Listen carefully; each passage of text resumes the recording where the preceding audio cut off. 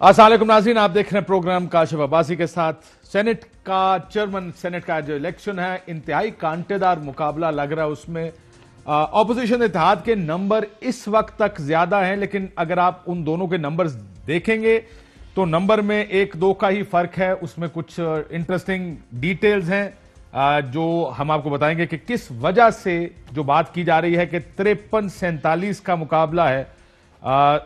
On paper opposition के 53 vote होने चाहिए, लेकिन कौन से दो सेनेटर्स जो बलूचिस्तान से इलेक्ट होकर आए हैं वो बलूचिस्तान अवामी पार्टी यानी बाप की वोटों से इलेक्ट होकर आए हैं। इस वजह से यह कहा जा रहा है कि शायद वो अपना वोट संजरानी साहब को डालेंगे जो बाप के उम्मीदवार हैं। वो दो वोट, और क्योंकि डार साहब के बारे में बड़ा मुश्किल लगता है कि वो आके वोट अपना कास्ट करेंगे, ये वो वजह है कि जिसकी वजह से कहा जा रहा है। लेकिन हम आपको ब्रेक डाउन देंगे कि क्या है क्या नहीं। दो चीजें आज इलेक्शन कमीशन ऑफ पाकिस्तान में यूसुफ रजा गिलानी साहब का नोटिफिकेशन रोकने और नाअहल करने की जो समाअत थी वो हुई।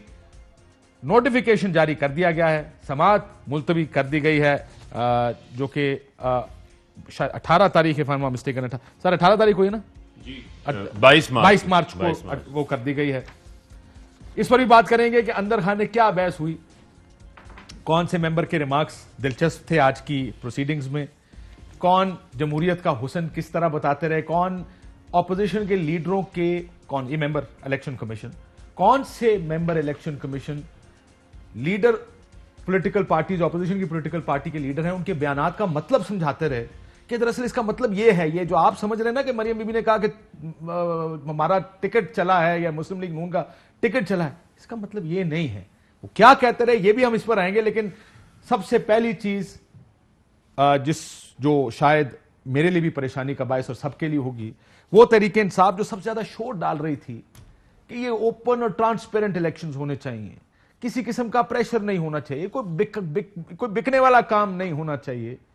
इमरान खान साहब ने कल पूरी कैबिनेट के सामने एक इलेक्ट्रॉनिक वोटिंग मशीन और साफ शफाफ इलेक्शन की एक तमीद और तफसील दी।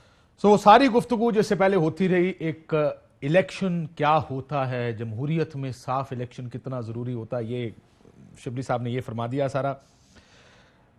पूरी पीटीआई इस वक्त ये कह रही है कि सादिक संजरानी साहब को जिताएंगे। जैसे मैंने कहा कि वोट इधर उधर भी कर लें तब भी 50-49 का मुकाबला तो है। 50 ऑपोजिशन के पास है, 49 इनके पास है। अगर आप वो दो वोट जो बाप के टिकट या उनकी हिमायत से बलूचिस्तान में इलेक्ट हुए हैं वो ऑपोजिशन इत्तेहाद की पार्टियां, पीडीएम इत्तेहाद की पार्टियां, लेकिन दोनों उम्मीदवार बाप की हिमायत से इलेक्ट हुए हैं, उनको अगर आप हुकूमती वोट भी दिलवा दें या कर दें तब भी 50-49 का मुकाबला है। सो किसी दिल वाले को, दिलावर को, किसी ना किसी को निकालना पड़ेगा इस मुकाबले को टर्न करने के लिए।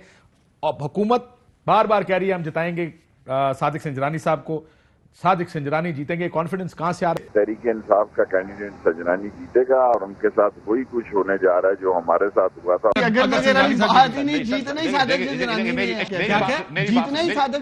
मुझे 6 वोटों का फर्क पूरा कैसे? मुझे 14 का जमीर जागा था पिछली दफा। उनके साथ वही होना है जो हमारे साथ हुआ था। शेख रशीद साहब का ये बयान बड़ा अहम और दिलचस्प है।